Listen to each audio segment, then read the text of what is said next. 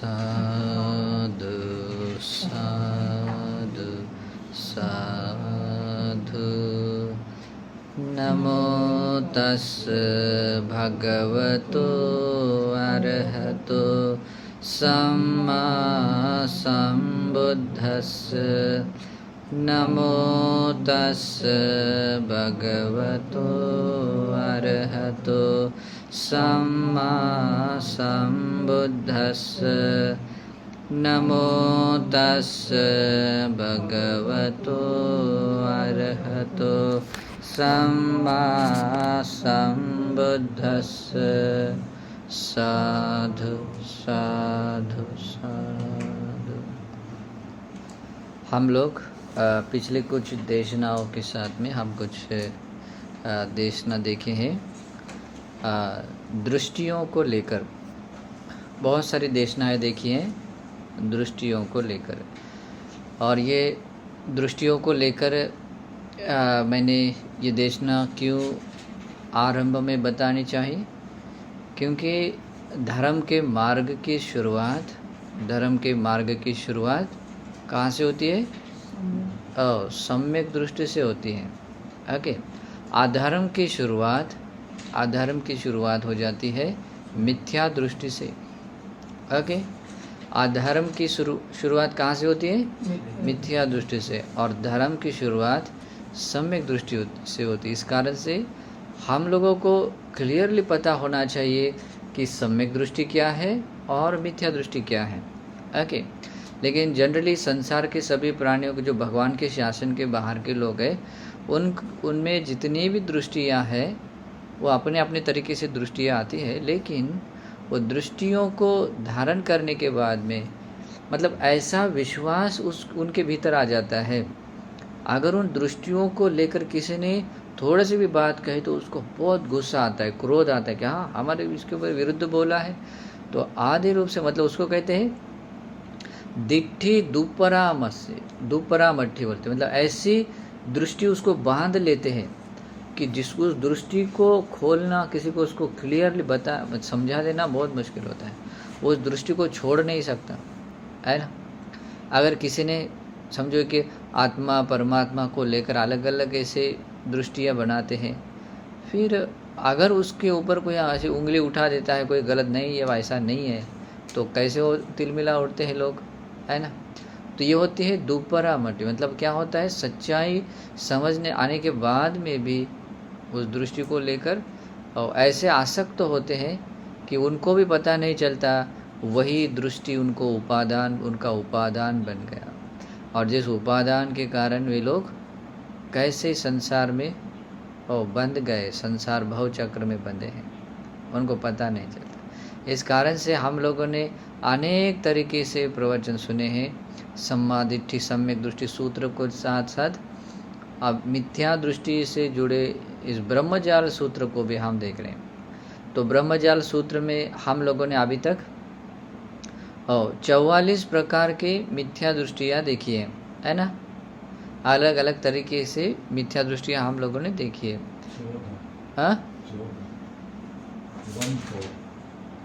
संति भिक्कवे एके समन ब्राह्मणा अपरंत कपिका अपरंतानुदिप्टिनो अपरंत मारभ अनेक विहितानि अधिमुत्तानि अभिवदति चतुचत्तारिसाय वत्तुई, है ना। चतुचत्तारिसाय मतलब होता है 44 प्रकार की अलग अलग तरह की दृष्टियाँ कही जाती है, चाहे वो किसी अंतवाद को लेकर है, अनंतवाद को लेकर। हाँ, तो हमने अभी तक जितनी भी ये ब्रह्मजाल आदित्य समुपन्न जो बिना कारण से उत्पन्न हुई के तक जो दृष्टि आती है वो कितनी कुल मिलाकर हो जाती है? 44 हो जाती है। एक बार फिर से वो मेरे प्रवचन की सीरीज सुन लेना, ठीक है। तो आज हम देखने वाले हैं सन्निवाद को लेकर उत्पन्न हुए कुछ मिथ्या दृष्टियों, है ना। उसके बाद में आता है असन्निवाद की मिथ्या दृष्टियाँ अलग अलग हैं। तो मैं चाहूँगा कि जैसे कि ये सन्निवाद, ये जो पाली से मैं जो सिखाऊंगा, तो उससे पहले ये जो अनुवाद किया हुआ है ना, वो एक बार पढ़ा कर मैं दिखाता हूँ, ताकि आप लोग समझ में आ जाए जो हम जो सिखाते हैं वो कितना परफेक्ट है और किस तरह का मतलब आपको बोध कराते हैं, ठीक है। तो इसमें ब्रह्मचार्य सूत्र का अनुवाद है इसमें, तो मैं आप लोगों को पढ़ा कर दिखाता हूँ, बाद में हम पाली से उसका विस्तार से देखते हैं। यहाँ देखिए ट्रांसलेशन कैसा है। भिक्षुओं कितने श्रम, यहाँ देखिए मैं अभी जैसा वैसा पढ़ लेता हूँ ताकि आपको बाद में मैं जो सिखाता हूँ आपको समझ में आ जाए। कितने श्रमण ब्राह्मण मरने के बाद आत्मा सन्नी रहती है ऐसा मानते हैं। वे 16 कारणों से ऐसा मानते हैं।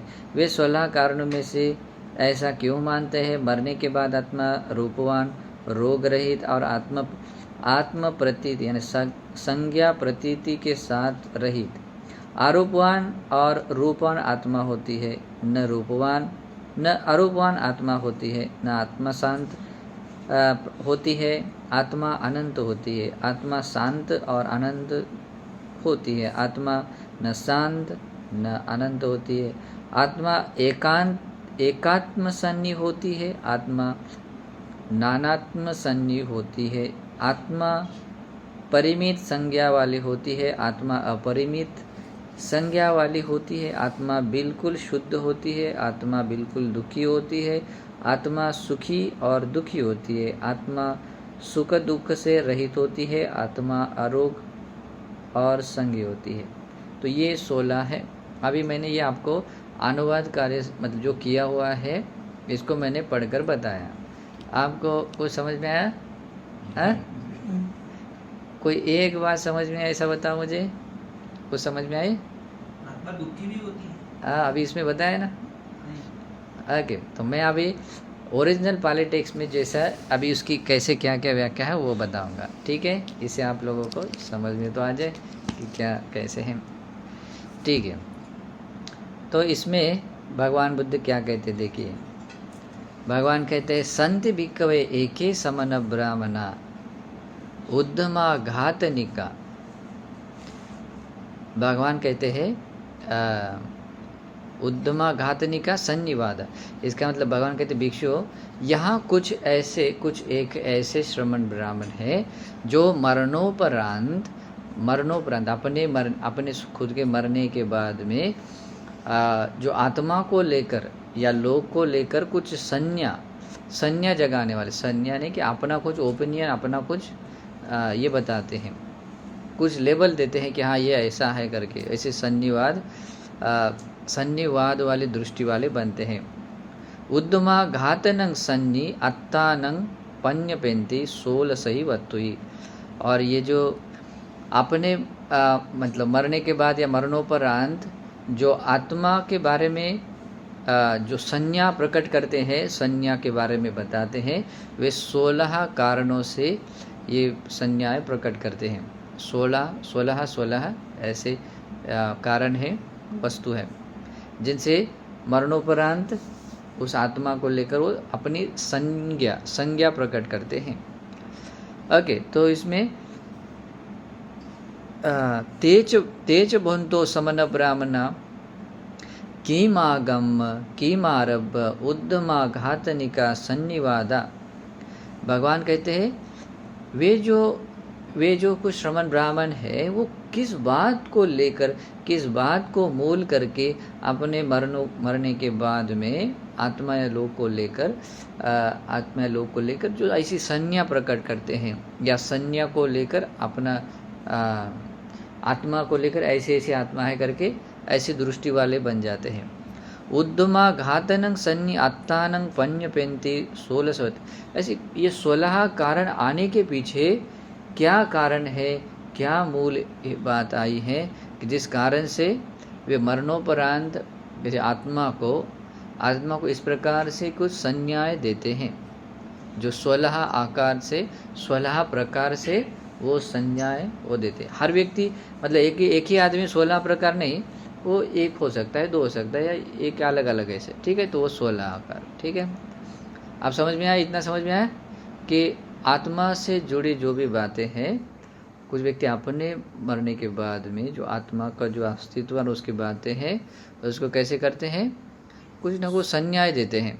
वो संज्ञा देने के पीछे क्या कारण, वैसे 16 प्रकार है, आकार उसके देने की 16 है, लेकिन उसके पीछे क्या राज है, ये बात समझना जरूरी। देखिए अभी यहाँ पर हमें दूसरे धर्म संप्रदाय के लोग सिखाते हैं कि अरे इन बौद्ध लोगों को आत्मा से कुछ प्रॉब्लम है ना, वो नहीं मानते हैं, हम मानते हैं। तो ऐसा हमें कोई झगड़ा नहीं करना है ना, और ये झगड़े की कोई बात भी नहीं है।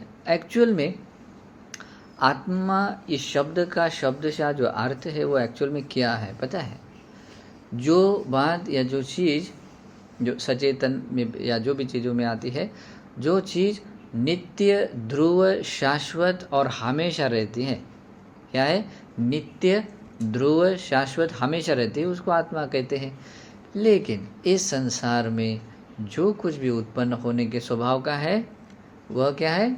नष्ट होने के स्वभाव का है। यानी कि इस संसार में कुछ उत्पन्न होता है तो उत्पन्न होने के पीछे एक हेतु है। ये चीज़ उत्पन्न हो रही है तो इसके पीछे एक हेतु है।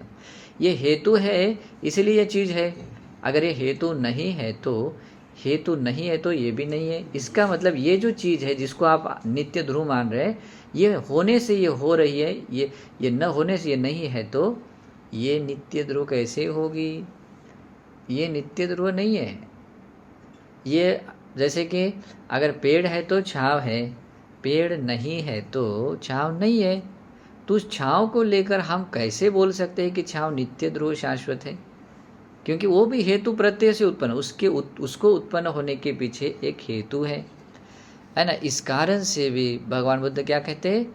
इस संसार में जो कुछ भी उत्पन्न होने के स्वभाव का है वह सब कुछ निरुद्ध होने के स्वभाव का है। और ये बात जब अपने स्वप्रज्ञा से, विपස්සना प्रज्ञा से बोध करता है ना, तो उस व्यक्ति को रियलाइज होता है अनित्य बोध, दुख बोध, अनात्म बोध। ओके, इसमें झगड़ा करने के बाद जब कुछ नहीं है, तुम मानते हो मैं नहीं मानता, उसमें क्या मिलेगा, है ना? जो सत्य का दर्शन है, जो वास्तव में जो सत्य है, सत्य का वो दर्शन है, तो वही दर्शन करना ही, सत्य का दर्शन करना ही, और क्या करना है? सत्य का दर्शन करना ही मोक्ष, निर्वाण है, मोक्ष है। ओके, तो धर्म का अवबोध ऐसे होता है। तो अनित्य दुख अनात्म का विशेष रूप से जो दर्शन कराती है वो विपස්සना भावना है। ठीक है, तो लेकिन ऐसा होने के बावजूद भी इस लोक संसार में आत्मा को लेकर विविध प्रकार के दृष्टियाँ, वाद पैदा होते, वो भी संज्ञा को लेकर वो दृष्टियाँ उत्पन्न होती है। अभी दृष्टि अगर मिथ्या है, छोटी सी भी क्यों न हो, मिथ्या है, तो वो व्यक्ति निर्वाण के रास्ते आगे नहीं जा सकता। ओके, इसलिए हमें इन बातों को क्लियरली समझ देना है। ठीक है, अभी भगवान आगे क्या करते हैं? अभी आप लोगों ने ये भी इससे पहले के जो ब्रह्मजाल सूत्र के प्रवचन सुने हैं, तो जो 44 प्रकार के हमने अभी तक जो आप लोगों को दृष्टियाँ बताई हैं, तो उस बात को लेकर आपने इतना तो समझ में आया है।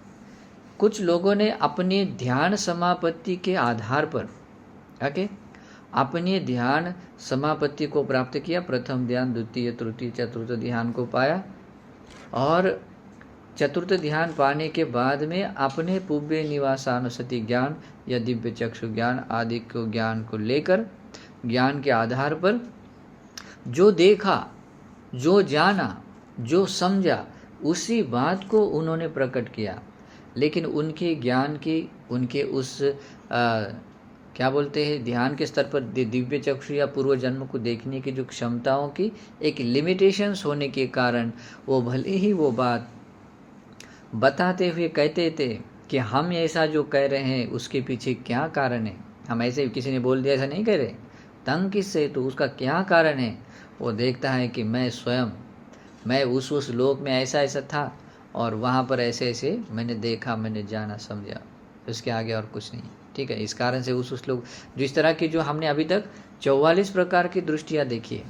ओके, अभी उसमें जैसे कि जनरली हमने 4 कैटेगरीज किए थे, है ना, 4 कैटेगरी से देखा था आत्मा या लोक को लेकर। लेकिन उसमें से एक प्रकार था तर्क के आधार पर, है ना, वो भी आपको याद है ना लोगों को। तो कोई श्रमण ब्राह्मण कुछ ऐसे होते हैं जो किसी बहुत सारी चीज़ों के बाद इधर उधर ये सुनता है, वो सुनता है, सब का सुन लेता है और बाद में अपना तर्क लगाता है, हाँ ये बात ऐसी है ना, तो ये लोक है, अंतवान है, अनंतवान है, ये वैसा है, आत्मा को ऐसे लेकर सब ये। तो अभी तरह की जो दृष्टियाँ पैदा हुई ऐसे हमने देखी है ना। तो अभी इन्हीं कैटेगरी में डिवाइड होता है ये 16 प्रकार की दृष्टियाँ जो मरणोपरांत आत्मा को लेकर जो संज्ञाएं जगाते हैं, उस संज्ञाओं के पीछे क्या राज है, क्या कारण है, ऐसे क्यों संज्ञा जगाते हैं और क्यों उनको लगता है कि यही सत्य है, बाकी सब झूठ है ना। क्योंकि वो तर्क करने वाला आदमी भी बोले कहता है, क्या कहता है पता है, ओ मैंने जो बात समझी है वही सत्य है, बाकी सब झूठ है। आज भी यहाँ तर्क करने वाले लोग कितने हैं, है ना। लोग बोलते कुछ तो ऐसे है, अरे ये जीवन अपने माता पिता के कारण मिला है, ये देह मरने के बाद में सब कुछ खत्म है ना। कहाँ लोक है, परलोक है, कहाँ सुगति दुर्गति है, कहाँ वो सब उलझा देते हैं, बोलते हैं ना। तो अलग अलग तरह की बातें बोलते हैं। कुछ लोग भी या तो इधर के पक्ष में बोलते हैं, नहीं तो या उधर के पक्ष में बोलते हैं। उच्छेदवाद दृष्टि में, शाश्वतवाद दृष्टि में, किसी भी तरह क्यों न वो इधर उधर चलते रहते हैं। ओके, लेकिन एक्चुअल में उसका राज क्या है ये लोगों को पता नहीं। ये सिर्फ भगवान बुद्ध बता सकते हैं, जो अपने सर्वज्ञता ज्ञान से बताते हैं। ठीक है, तो उसमें आपके जो कैटेगरीज आपने किए थे वो तर्क के आवेश पर और कुछ ध्यान समापत्ति के आधार पर आपने कुछ जो समापत्ति के आधार पर जो उनको खुद का स्वज्ञान मिलता है उसके आधार पर। ओके, जैसे कि उसको कहते हैं अभिज्ञा यानी कि जो कुछ उसको दिव्य शक्ति कहें या जो पावर्स कहें उसके आधार पर। तो यहाँ पहली एक मिथ्या दृष्टि जागती है, कैसी आती है उस व्यक्ति के भीतर, रूपी अत्ता होती आरोगो परंग मरणासन्नी। रूपी आत्मा होती, वो क्या समझता है, ये आत्मा जो है रूपवान होती है। रूप उसको रूप होता है, आत्मा को किसी न किसी प्रकार का एक रूप होता है। ओके, अभी आत्मा को अगर हमने कोई रूप नहीं दिया तो हम कैसे समझेंगे कि अभी समझो यहाँ से अलग निकाल दिया तो आत्मा कहाँ दिखेंगी, है ना। तो वो क्या समझता है, आत्मा को एक रूप होता है, आत्मा को रूप होता है और इसमें देता है आरोगो परंग मरणाती, और मरने के बाद में वो हमेशा के लिए नित्य ध्रुव शाश्वत हो, वो कभी ना ख़त्म न होने वाली शाश्वत होती है, ऐसी संज्ञा जगाकर सन्नीति नंग पन्य पेंती, और वैसी वो बात प्रकट करते हैं। अभी इसके पीछे उसका एक कारण होता है। कभी कभी क्या होता है, व्यक्ति देखता है अपने पूर्व जन्म या किसी भी ध्यान समापत्ति के कारण हो, या दूसरा एक कारण आता है, ये ध्यान समापत्ति के बिना भी एक कारण आया, उसको कहते हैं जाति सरज्ञान। क्या होता है, जाति से यानी कि अपने पूर्व जन्म को ऐसे ही देखने का ज्ञान आता है। तो उससे भी एक बाद में एक आ जाते कि हाँ नहीं मैंने देखा, खुद समझा है, तो ये बात ऐसे ही होगी करके। तो कुछ देखता है कि एक कोई व्यक्ति, जैसे कि मैं मेरे इस रूप में जन्मा था, वहाँ से च्युत होकर मैं ये बना, मैं गाय बना, भेड़ बना, बकरी बना, ये बना, वहाँ गया, मनुष्य लोक में आया, इधर उधर गया, हर जगह पर था। लेकिन वो हर जगह पर मेरा कुछ अस्तित्व जो दिखा किसी न किसी रूप के रूप में, है ना, कोई ना कोई तो रूप था, है ना। तो इस प्रकार से वो अपना तर्क लगाता हुआ क्या करता है, रूप आत्मा रूप ही होता है कहते हैं। और बाद में कहता है कि आरोगो परंग मरणाते, लेकिन मरणोपरांत मतलब जो भी वो चलता है, वो बाकी तो सब चलता है, लेकिन वो जो है वो हमेशा बना रहता है, उसमें कभी भी मतलब ये नहीं आता है, क्या कहते हैं, मतलब उसमें खंड या इसमें कोई ऐसा डिस्ट्रॉय हो गई, ख़त्म हो गई, ऐसी कोई बात नहीं आती है। इस कारण से वो संज्ञा जगाता है कि आत्मा रूपवान होती है, नहीं रूप से साथ होती है, और मरणोपरांत वो नित्य ध्रुव शाश्वत आरोगो परंग मरणाती। यहाँ आरोगो का अर्थ होता है, आरोगो का अर्थ है कि जो नित्य ध्रुव शाश्वत के रूप में वो देखने का भाव। इसका 16 प्रकार इसका है। हाँ, तो ये पहला है ये। हाँ, तो इसको पहले एक बार सीरियल से लिख लिया जाए, तब और सही समझ आएगा। कुछ कठिन सा है। हाँ, अभी मैं एक एक करके काउंट करूंगा ना। ये पहला है, अभी मैंने बोल दिया कि ये पहला है। कौन सा है कि आत्मा रूपवान होती है, पहला बात। जाति सर, हाँ नहीं, ये तो मैंने कारण बताए कि ध्यान समापत्ति के बेस पर, जातिसर ज्ञान के बेस पर या तर्क के बेस पर कुछ दृष्टियाँ पैदा होती हैं, इससे पहले की जैसे हमने देखी थी। ओके, या कुछ कुछ किसी की सीमित होती है, किसी किसी की थोड़ा लंबा होता है, तो अलग अलग है ना क्षमता वाले। तो पहला है मतलब बिना बिना हेडिंग का वैसे है। हाँ, सिर्फ मैं काउंट करूँगा और वैसे वैसे आप बता ये कर लेना, ठीक है। तो उसमें पहला वाला क्या आता है, वो अपने अपने बेसिस पर वो एक दृष्टि धारण करता है। आत्मा है, नित्य है, शाश्वत है। नहीं, वो ये है, लेकिन वो आत्मा कैसा है, रूप है। हाँ, आत्मा रूपवान है, आत्मा रूपवान है, और मरणोपरांत भी कैसे रहता है, वो हमेशा नित्य ध्रुव शाश्वत रहता है। क्योंकि ऐसा क्यों, क्योंकि वो मरने के बाद में भी अलग अलग जगह पर वो देखता है, ओके, किसी न किसी रूप में।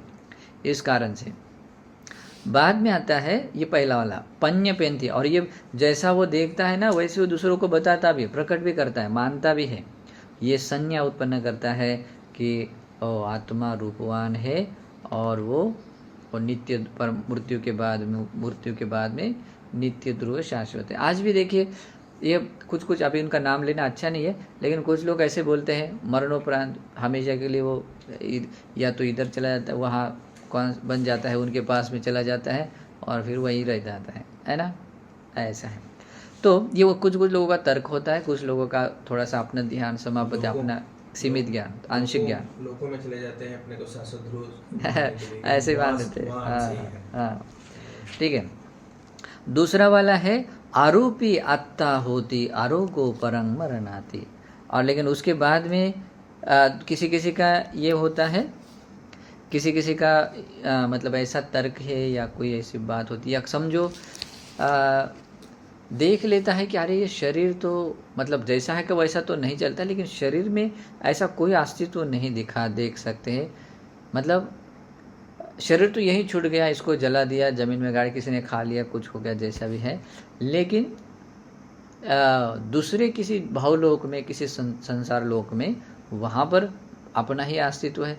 यानी कि वो भले ही वहाँ मेरा रूप वहाँ डायरेक्टली नहीं गया है, डायरेक्टली मेरा वहाँ रूप नहीं गया है, लेकिन वहाँ पर भी तो मैं हूँ, है ना। तो इस कारण से उसके मन में आता है कि ये जो आत्मा है आरूपी आत्मा है, और मरणोपरांत भी वो नित्य ध्रुव शाश्वत रहने वाला है।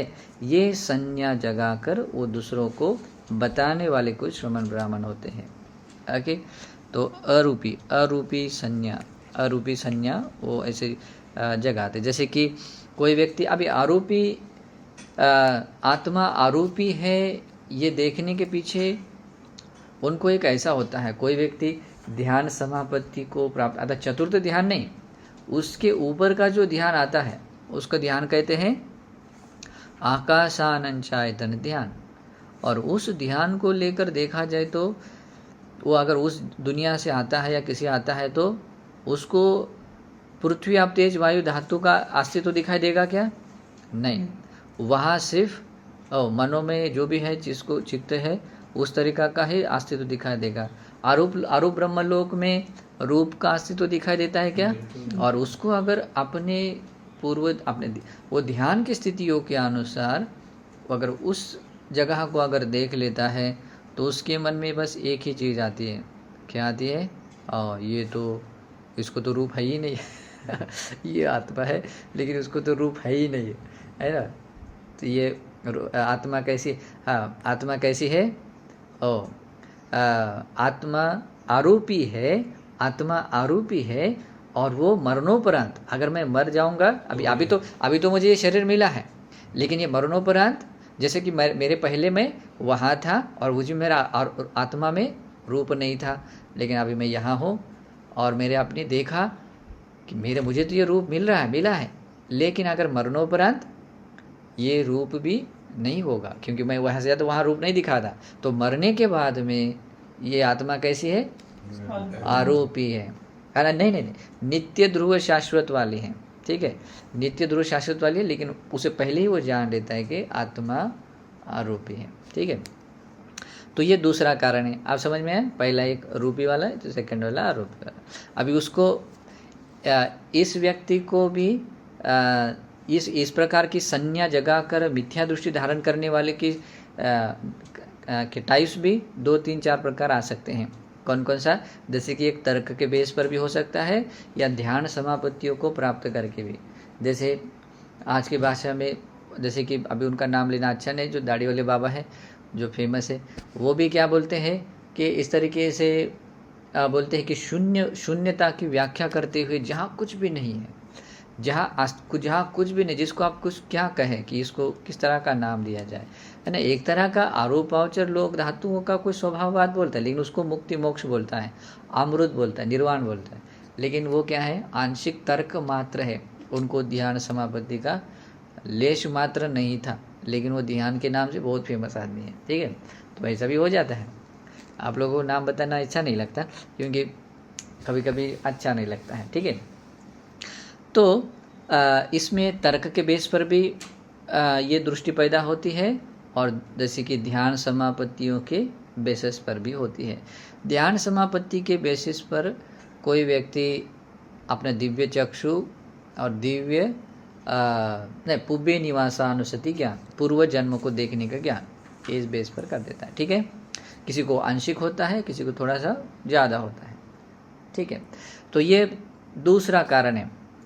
उसका भी मतलब यही बात होती है मरणोपरांत कि ये जो आत्मा है कैसी है? नित्य है, ऐसी संज्ञा जगाता है। मरने के बाद में ये आत्मा नित्य है, ऐसी संज्ञा जगाता है। अपने मरने के बाद में जी, कि अपने हो या दूसरों, कोई भी अपने कोई भी डिटो कर सकता है बिना मरे।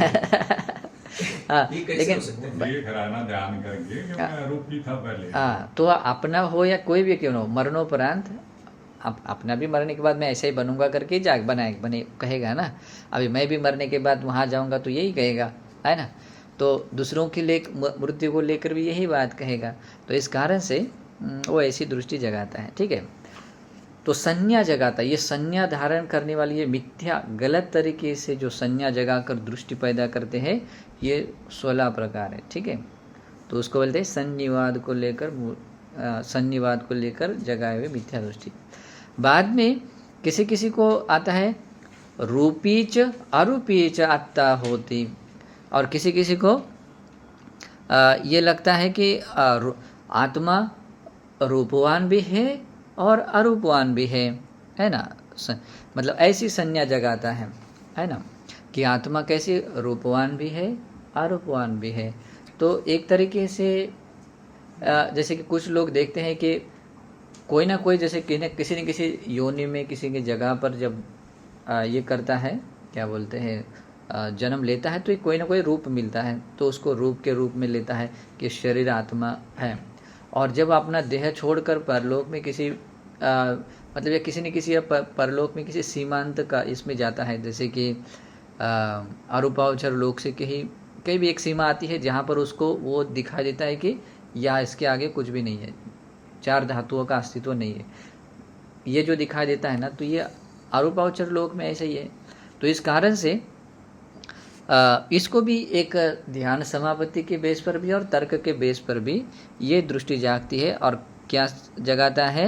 आत्मा रूपवान भी है और आत्मा अरूपवान भी है, और मरणोपरांत वो नित्य ध्रुव शाश्वत है। और इस तरीके से वो अपनी दृष्टि जगाकर ये तीसरे प्रकार के सन्निवाद को लेकर मिथ्या दृष्टि लोगों में दिखाई देती, मतलब जागती है, ठीक है। उसके बाद में आता है नेव रूपी न रूपी आत्ता होती। अभी सेम टू सेम है, जैसे कि अरूपावचर लोक में एक अरूपावचर लोक है, उसको कहते हैं नैव संज्ञाना संज्ञायतन, उसको कहते हैं नैव संज्ञाना संज्ञायतन। ओके, ये आता है 8वें ध्यान में आता है, 8वां कई स्वभाव आता है। लेकिन या तो ध्यान के आधार पर भी वो जाग सकती है और तर्क के बेस पर भी आ सकती है ना। जैसे कि कोई व्यक्ति ऐसे डूब जाता है तर्क वितर्क करते हुए कि उसको लगता है कि मैं किसी बात को कुछ कहूँ तो उसको कुछ है करके दिखाई नहीं दे रहा है, और ना कहूँ तो ऐसा भी नहीं कि कुछ नहीं है करके। तो इस कारण से लेकिन कुछ ना कुछ दिखता भी है और दिखने के लिए कुछ बताने के लिए कुछ होता भी नहीं है ना, कि ये है करके ऐसा है करके उसको नाम भी नहीं आता है। तो इस कारण से उस आत्मा को बस एक ही चीज़ वो देख देता है कि ये आत्मा ना रूपवान है ना आरोप वाला है, ऐसी वो दृष्टि ये कर लेता है। बाद में कभी कभी क्या होता है, किसी किसी को ध्यान की बहुत लंबे समय तक आता है लेकिन उसका कोई अंत नहीं दिखाई देता है। ओके, या लोक को लेकर है या आत्मा को लेकर भी क्यों न हो, कोई ऐसे अपने ध्यान के आधार पर वो जो देखता है अवलोकन करता रहता है, तो उसको कोई अंत किसी किसी को अंत दिखाई देता है, किसी किसी को कुछ एक अंत वाला नहीं दिखाई देता है। तो इस कारण से भी वो अपनी दृष्टि जगाता है, क्या ये जो आत्मा है अंत वाला है, अंत वाला होता है, आत्मा अंत वाला होता है, ऐसी दृष्टि जगाता है। फिर कोई दूसरा आदमी होता है जिसको कुछ अनंत वाला स्वभाव दिखता है, तो आत्मा अनंत वाला होता है, ये भी दृष्टि जगाता है। कोई कोई ऐसा भी होता है मिश्रित स्वभाव का होता है, कहता है कि नहीं आत्मा अनंत भी होता है, आत्मा अनंत भी होता है और आत्मा अंत वाला भी होता है। ओके, ऐसे ऐसे भी दृष्टि वाला मतलब कोई कोई व्यक्ति मतलब अपने ध्यान समापत्तियों को लेकर कुछ बातों को देखता है। जैसे कि मैंने कुछ जैसे लोगों का इससे पहले कुछ ये बताया था, अगर वहाँ पर रहते हैं तो वहाँ पर व्यक्ति मतलब वो अनंत में रहता है, लेकिन वहाँ अनंत जैसे कि ब्रह्मलोक को लेकर लोग ऐसे सोचते हैं, लेकिन वहाँ से अलग वाला होता है तो हाँ इसको अंत है और इसको अंत नहीं है। तो इस कारण से कुछ अंश को अंत वाला भी है बोलते हैं, अनंत वाला, क्योंकि वहाँ पर भी था और यहाँ पर भी है, इस कारण से अंत वाला भी है और अनंत वाला भी है। ठीक है, इसको ध्यान के आधार पर भी देख सकता है और तर्क के आधार पर भी वो देख सकता है। लेकिन जब कभी व्यक्ति ऐसी दृष्टि धारण करता है कि ये जो आत्मा है ये आत्मा अंत वाला भी है और अनंत वाला भी है, तो ये जो संज्ञा जगा कर जो दृष्टि अपनी बनाता है, ये दृष्टि अपनी खुद की दृष्टि। इसलिए दृष्टि के जाल में फंसना इतना ये नहीं, इसलिए सत्य का दर्शन करने के बाद ही वो बात जाननी चाहिए कि हाँ एक और एक दो होता है, ये दो हुआ करके तब जाकर हमारा कंक्लूजन आना चाहिए कि हाँ एक और एक दो होता है, ये हमारा कंक्लूजन आना चाहिए। बिना जाने बिना इधर उधर कैसे में वहाँ डायरेक्टली दो आया उसके बारे में नहीं आगे, नहीं तो ऐसा हमारी दृष्टि पर गलत हो सकती है। इसलिए यथाभूत जानना बहुत ज़रूरी है। ठीक है, अभी ये इतना जल्दी ये भी नहीं समझ आएगा, बस हमें ये मिथ्या दृष्टि है, ये पक्ष मिथ्या दृष्टि का है, इतना समझ में आकर उससे जो भगवान बुद्ध ने बताई बातें है वो धीरे धीरे समझने की कोशिश करनी। इससे एक दिन आपको रियलाइज़ होगा कि हाँ ये मिथ्या है और ये सम्यक है, और इस तरीके से आप सम्यक दृष्टि संपन्न बनेंगे, आपका जर्नी स्टार्ट होगा। ठीक है, तो उसके बाद में आता है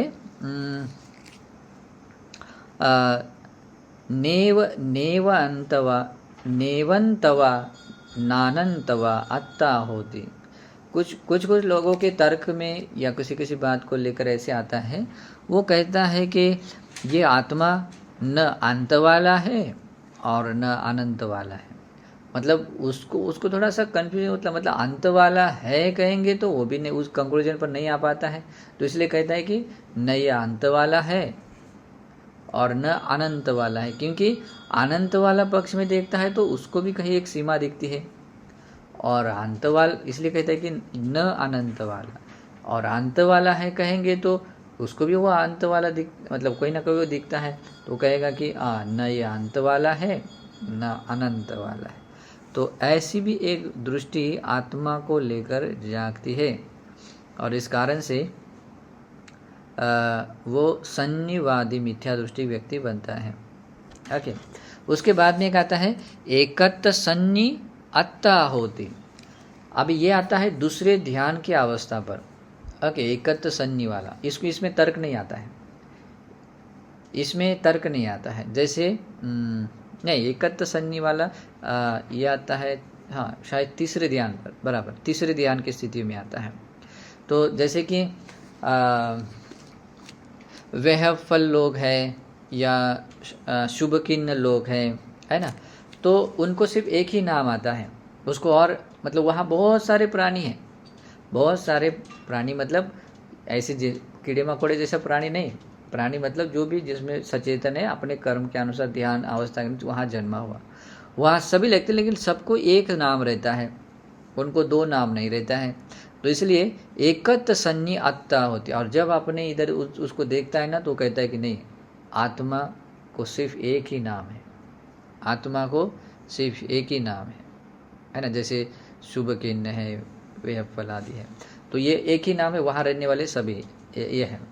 बाद में अभी उसका भी वो देखना मतलब खाली खोखला नहीं है, कुछ तो भी आंशिक मात्र में उसका ज्ञान बोध है, लेकिन वो भी आंशिक सत्य होने से, वो पूर्ण सत्य न होने से वो क्या है, मिथ्या है, मिथ्या दृष्टि। इसलिए लेकिन उसको मानने वाला क्या बात है, आत्मा एक संज्ञा वाला, एक संज्ञा वाला आत्मा है, ये जो दृष्टि धारण करता है वो संनिवादी मिथ्या दृष्टि है। बाद में आता है नानत्त सन्नी, नानत्त सन्नी आत्ता आती, वो कहते हैं नहीं नहीं, वो तो नानत्त संज्ञा भी है, मतलब आत्मा जो है, आत्मा कैसी है, वो हर एक आत्मा के अलग अलग संज्ञा भी है। जैसे आभास्वर देवता लोग हैं, आभास्वर देवता लोग जब इकट्ठा होते हैं ना, तब उनको डिवाइड नहीं कर सकते हैं, एक है एक है एक है, लेकिन जब उसमें से एक अलग हो जाता है ना, सब अलग अलग थोड़ा दूर जाते हैं, तब समझ में आता है कि नहीं नहीं, ये एक नहीं था, वो थोड़ा ज़्यादा। जैसे मैं उदाहरण बताता हूँ, 2 4 5 दिए अगर एक जगह पर लगा दिए, 2 4 5 दिए एक जगह लगाए, दूर से हम देख रहे हैं, हमें एक जगह पर प्रकाश दिख रहा है, हम बोलेंगे हाँ एक प्रकाश एक दिया है ना, क्योंकि प्रकाश हमें एक ही दिख रहा है ऐसा। लेकिन जब वहाँ से एक दिया बाद दूर इस कोने में रख दिया, एक दिया उधर रख दिया, इधर बाद अरे नहीं ये तो एक नहीं था, वो अलग अलग थे, है ना। तो इस तरह से जिस व्यक्ति को ध्यान समापत्ति के बेसिस पर कुछ ऐसा ये आता है, क्या बोलते हैं, उस तरह के लोग का जानना होता है, तो उसके मन में भी ये संज्ञा जागती है, और नहीं ये संज्ञा तो, ये आत्मा तो नानत्त संज्ञी वाला आत्मा है, नानत्त संज्ञी वाला आत्मा है, लेकिन ये भी एक स्वतंत्र रूप से एक संज्ञवादी मिथ्या दृष्टि है। ओके, उसके बाद में आता है परित्त संज्ञी आत्ता होती, परित्त संज्ञी आत्ता होती। उसके मन में आता है कि कभी कभी कुछ लोग ऐसे होते हैं कि किसी पर्टिकुलर प्रकार के कसीन भावनाओं को या किसी ध्यान की स्थितियों को किसी छोटे एक लिमिट में भावित कर लेते हैं, और उस कारण से उसको लिमिट के अंदर ही उसको वो दिखाई देता है ना, लिमिट के अंदर ही दिखाई देता है। यह ध्यान समापत्ति को भी वो बहुत फैला नहीं सकता, बढ़ा नहीं सकता, कुछ सीमा में कर सकता है। इस कारण से कुछ ना कुछ सीमा दिखती है, एक बॉर्डर दिखती है, प्रमाण दिखता है, और इस कारण से उसके मन में आता है कि अरे ये आत्मा कैसी है, परित्त संज्ञा, यानी कि जैसे कि कुछ एक सीमा प्रमाण वाली ये आत्मा है, ऐसी वो संज्ञा उत्पन्न करता है, परित्त संज्ञा। कुछ अभी ये दृष्टि बाद में आता है अपमान संज्ञाता होती, लेकिन उसमें से कुछ ऐसे हैं कसीन आदि ध्यान भावना को बहुत अनंत प्रमाण में, मतलब उसको क्या सीमा नहीं, मतलब बाउंड्रीलेस प्रमाण तक वो कसीन भावनाओं को या अपने चित्त भावनाओं को बढ़ाता है, ध्यान भावनाओं को बढ़ाता है, और ऐसे बढ़ाते हुए उस तरीके उतना वो जब ज्ञान से वो बोध कर लेता है, तो उसको लगता है अरे इसमें को तो कोई सीमा नहीं है, इसको तो मैं जान रहा हूँ, देख रहा हूँ, यहाँ तक उसको फैल रहा हूँ, तो वहाँ कोई प्रमाण नहीं है। तो इसका मतलब ये कि आत्मा अप्रमाण है। तो आत्मा अप्रमाण है, ये संज्ञा जगाता है, और वही बात दूसरों को बताता नहीं, आत्मा कैसा है, अप्रमाण संज्ञा वाला है, अप्रमाण संज्ञा वाला है। बाद में उसके अगली वाली दृष्टि आती है एकांत सुखी आत्मा थी। वो कहता है कि एकांततः आत्मा सुखी है, आत्मा कभी भी दुखी नहीं होती है। उसके मन में क्या आता है, आत्मा 100% टोटली वो सुखी आत्मा है। ओके, आजकल की ये जो आत्मा को लेकर मानने वाले लोग हैं ना, उनको तो इस तरह की ज्ञान का तो इतना सा उसका टच भी नहीं है, और वो ऐसे ही बोलते हैं कि मरने के बाद तो हम सुखी बन जाते तो हैं। इनको गुरु जी कैसे माने, एक तर्क के आधार पर बोल रहा है, उसमें से एक जो है कुछ साधना के हाँ। ध्यान के आधार पर बोल रहा है। तो ये दोनों रास्ते हैं इसमें। कुछ लोग है ना, उसमें तर्क के आधार पर भी ये दृष्टि पैदा करते हैं, और वही दृष्टि कुछ लोग अपने ध्यान अवस्थाओं को लेकर जब अपना पूर्व जन्म को देख लिया, तो मैं देखता हूँ अभी इसमें पूर्व जन्म का कैसे देखेंगे, ये तो मिथ्या वाले तो देख ही नहीं सकते। नहीं, मिथ्या रास्ते से भी कुछ लोग ऐसे ध्यान सदस्य की सती तो मैं बताता हूँ, जैसे कसीन ध्यान है, या कसीन को ध्यान को लेकर ही ज़्यादा, तो ओके, तो उस ध्यान स्थितियों समाधि का एक निमित्त लेते हैं, और समाधि के उस निमित्त को लेकर, लेकिन उसको ये शब्दावली जो आती है ना, उसको बोलते हैं आतप मनवाय, प्रधान मनवाय, अपमाद, ये जो मैंने आपको उससे बताए थे। ओके, ये वर्ड्स बहुत इंपॉर्टेंट है। वो उसने आतप, हाँ, वो तपने के साथ में वो बहुत सारी क्रियाएं समाधि के लिए उपयुक्त वाली चीज़ें उसमें वो लाता है, और उसमें अपनी समाधि को बढ़ाता हुआ प्रथम ध्यान, वो भले ही मिथ्या दृष्टि का आदमी हो, मिथ्या दृष्टि के स्तर पर भी, हाँ, मिथ्या दृष्टि के आधार पर भी ध्यान अवस्थाएं पा लेता है, और उस व्यक्ति को अपने पूर्व जन्म का ज्ञान जितना भी जो भी होता है, वो सिर्फ और सिर्फ उसके पुण्य पर आधारित है, उसके कर्म संस्कारों पर आधारित है। मतलब सब एक हो गया और सबको एक जैसा मिला, ऐसा नहीं। हर व्यक्ति का अपना अपना संस्कार है। जैसे किसी व्यक्ति को, कोई व्यक्ति ब्रह्मलोक से आया होता है, कोई व्यक्ति आभासवर देवलोक से आया होता है, कोई व्यक्ति सन्नी लोक से आया होता है, कोई व्यक्ति असन्नी लोक से आता है, कोई व्यक्ति देवता लोक से आता है, कोई व्यक्ति निरे लोक से आता है, सब अलग अलग जगह से आता है ना।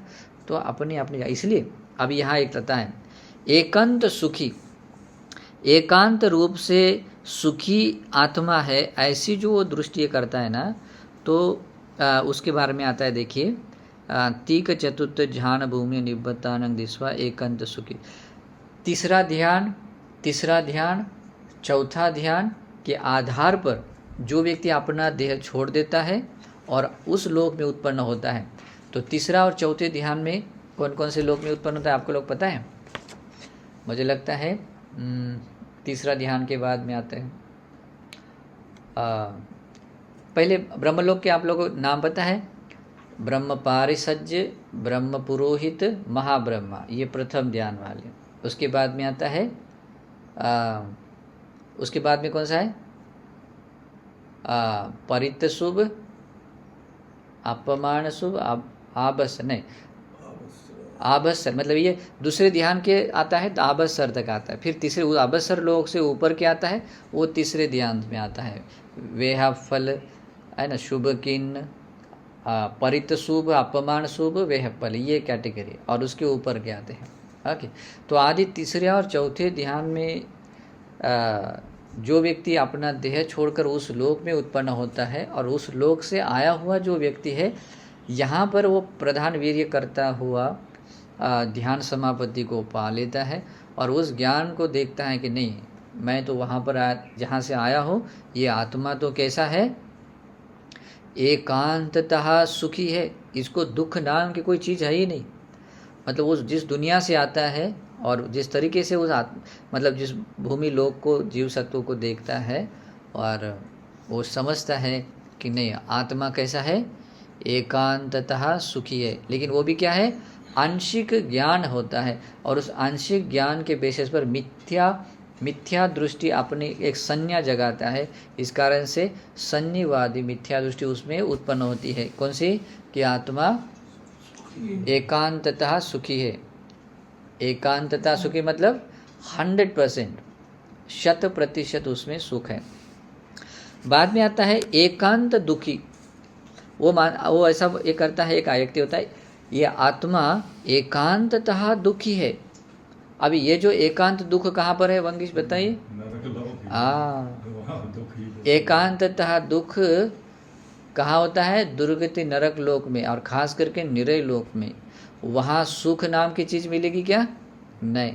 और वहाँ से कोई व्यक्ति आता है और वहाँ तक ही उसको दिखाई दे रहा है, और वहाँ बहुत लंबा समय बिताया है, और वो फिर अभी देख रहा है कि अरे नहीं नहीं बेटा, ये जो लोग दुनियादारी के लोग बोल रहे हैं ना कि आत्मा सुखी है, एकांततः सुखी है, ये वाला नहीं नहीं, ये कुछ भी नहीं है, ये जो करे सब झूठ है, ये मैं कह रहा हूँ वही, क्योंकि मैं खुद देख रहा हूँ, उसके पीछे मेरा कारण है, मेरा खुद का ज्ञान है, वो मैं बता रहा हूँ कि नहीं, ये आत्मा एकांततः दुखी है।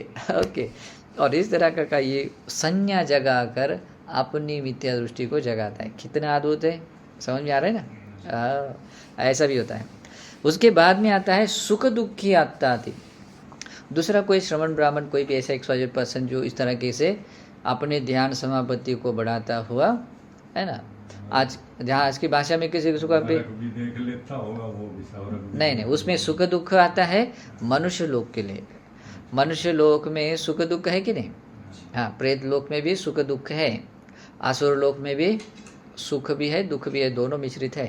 ओके, तो यहाँ ऐसा आता है। तो एक तर्क के बेस पर भी हो कर सकता है, और ध्यान समापत्ति के बेसिस पर अपना पास्ट लाइफ देखता है। लेकिन कहाँ देखता है? जो यहाँ जो सुख दुख मिश्रित वाला जो दुनिया, जैसे मनुष्य लोक है, हाँ, या प्रेत लोक है, या असुर लोक है, और वहाँ की स्थितियों को उसके आगे पीछे कुछ नहीं उसके पीछे नहीं देख पाता, हाँ, वही देख पाता है। और इस कारण से उसका कंक्लूजन आता है, उसके बोलने पर एक विश्वास आता है, कहता है कि नहीं नहीं, ये बाकी जो कह रहे हैं ना सब गलत है, मैं जो कह रहा हूँ वही करते। ये हर एक मिथ्या दृष्टि के पीछे रहा जाता है ना, इसके पीछे ये कारण है, क्योंकि वो दृष्टि उत्पन्न होने के पीछे अपना खुद का ज्ञान होता है, और वो ज्ञान वो कहेगा नहीं, मेरा अपना खुद का, मेरी आँखों से देखा बोलते है ना। तो ऐसे ही होता है। एक हमें ना साइकोलॉजी में, हम जब 11वीं क्लास में हम साइकोलॉजी पढ़ते थे, तो साइकोलॉजी में उसमें एक ये आता था, अलग अलग ऐसे प्रयोग किए जाते थे। तो उसमें से एक प्रयोग था कि जैसे कि जो शाई या कलर है, तो अगर ऐसे दीवार पर हमने शाई के ऐसे छींटे मार दिए, तो उसमें से अलग अलग ऐसे डिज़ाइन तैयार होते हैं, और पूछे जाते हैं कि क्या दिख रहा है। हर व्यक्ति को चिट्ठे में, उसके अलग अलग चिट्ठे में अलग अलग कुछ ना कुछ दिखता है ना। मतलब वैसा है ना, वो जिसको जो देखा, जिसके दिमाग में जो चित्र हो वैसा उसमें वो कुछ ना कुछ दिखता है। जैसे कि लोग बादल को देखकर कल्पना करते, मुझे बादल कुत्ते जैसा दिख रहा है, बोला ऐसा घोड़े जैसा दिख रहा है, XYZ जो भी है। तो ये एक मैं उदाहरण बताया। तो सुख दुख की वो क्या कहता है, नहीं नहीं, ये जो आत्मा है सुखी भी है, दुखी नहीं, सुख दुखी है, मैंने कि सुख दुख मिश्रित वाला आत्मा है। ओके, ऐसी भी जो दृष्टि धारण करता है वो भी संन्यवादी मिथ्या दृष्टि में आ जाता है। ठीक है, वो भले ही वैसा कहे, लेकिन वो अभी उसी को बोल रहा है ना। वो क्या बोल रहा है कि फिर वैसा ही समय हमेशा है, मतलब उसका उतना जाना उतना ही उसने बोल रहा है क्या? नहीं, मतलब जितना देखा है ना उसको मूल करके एक आंशिक सत्य है, और इतना पूरा बात बोल रहा है, तो इस कारण से वो मिथ्या बन जाता है। बाद में कहेगा कि वही नित्य ध्रुव शाश्वत है, हमेशा ऐसा रहने वाला है। इस बात को लेकर वो कहता है सुख दुखी आत्तादि, वो कहता है कि आत्मा सुखी है, सुखी तथा दुखी है। लेकिन दूसरा व्यक्ति कहता है ये जो आत्मा है अदुखम सुखी आत्ताति अरोगो परंग मरना संज्ञाति नंग पन्यपिंद।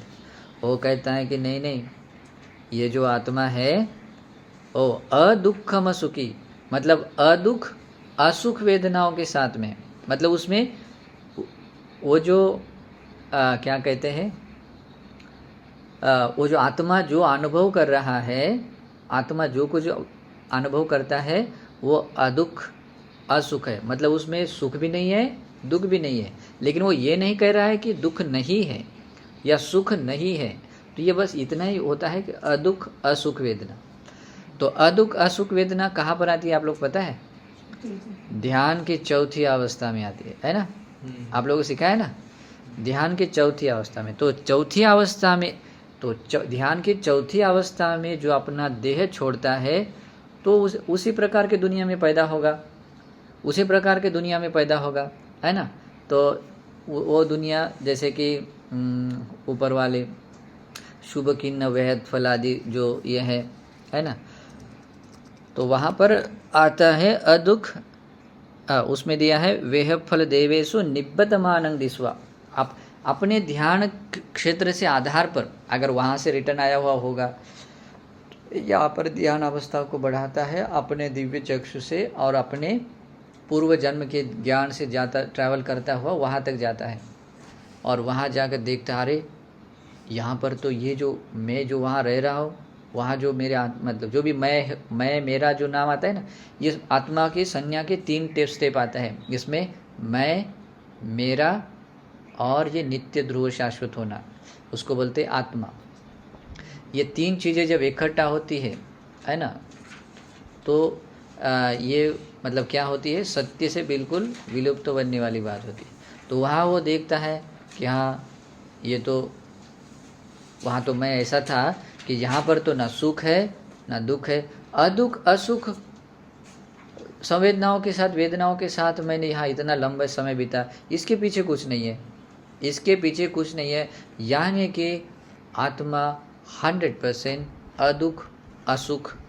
अदुख असुख वाला ही है, ऐसी संज्ञा अपने मन में जगाता है और यही बताता है अरे मरणोपरांत में जो जो दुनिया मिलती है वो अदुख असुख आत्मा कैसा बन जाता है, अदुख असुख वाला आत्मा बन जाता है, ऐसी वो संज्ञा जगाता है।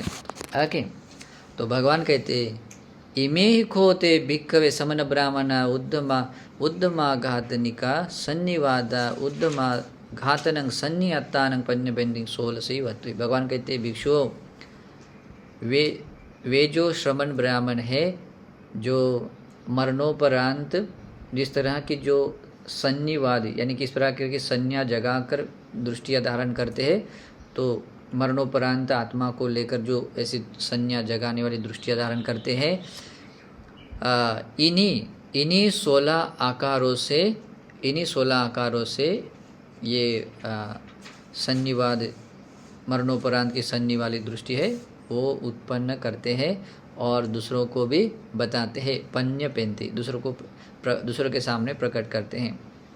भगवान ये कहते हैं ये ही केचि भिक्खवे समना व ब्राह्मणा व उद्धमा घातनिका।